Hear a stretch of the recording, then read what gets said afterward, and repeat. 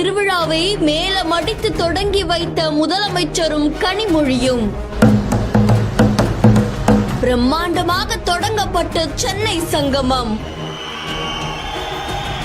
ஜனவரி 13ஆம் தேதியில இருந்து 17ஆம் தேதி வரைக்கும் நம்ம சென்னையில 18 இடங்கள்ல நம்ம சென்னையுடைய பாரம்பரியத்தை எடுத்துரைக்கிற வகையில சென்னை சங்கமம் நம்ம ஒரு திருவிழா நடக்க போது 4வது முறையா நடக்க போற இந்த திருவிழாவை பாக்குறதுக்காக பல மக்கள் கூடுவாங்க அப்படின்னு எதிர்பார்க்கப்படுது. அது மட்டும் இல்லாம நம்ம பாரம்பரிய திருவிழாவை முதலமைச்சர் அவர்கள் மேல மடிச்சு அதை தொடங்கி வச்சிருக்காங்க. அதை தொடர்ந்து இந்த நிகழ்ச்சியில கனிமொழி அவர்களுமே பங்கு பெற்றிருக்காங்க. இந்த நிகழ்ச்சியில நையாண்டி மேளம், தப்பாட்டம், கரகாட்டம், காவடி ஆட்டம், ஒயிலாட்டம், சிலம்பாட்டம், தேவராட்டம்னு கிட்டத்தட்ட 1500 கலைஞர்கள் பங்கு பெற போறாங்களாமா. அது மட்டும் இல்லாம சென்னையோடைய முக்கிய இடங்கள்ல இந்த திருவிழா ரொம்ப சிறப்பா நடக்க போகுது அப்படின்ற மாதிரி தெரிவிச்சிருக்காங்க. அண்ட் இந்த நிகழ்ச்சியை முதலமைச்சர் அவர்கள் தொடங்கி வச்சது பலரையுமே நிகழ்ச்சியில ஆழ்த்திருக்கு. இந்த செய்தி தொடர்பான உங்களுடைய கருத்துக்களை கமெண்ட்ல சொல்லுங்க. மேலும் செய்திகளுக்கு ஃபாலோ பண்ணிக்கோங்க.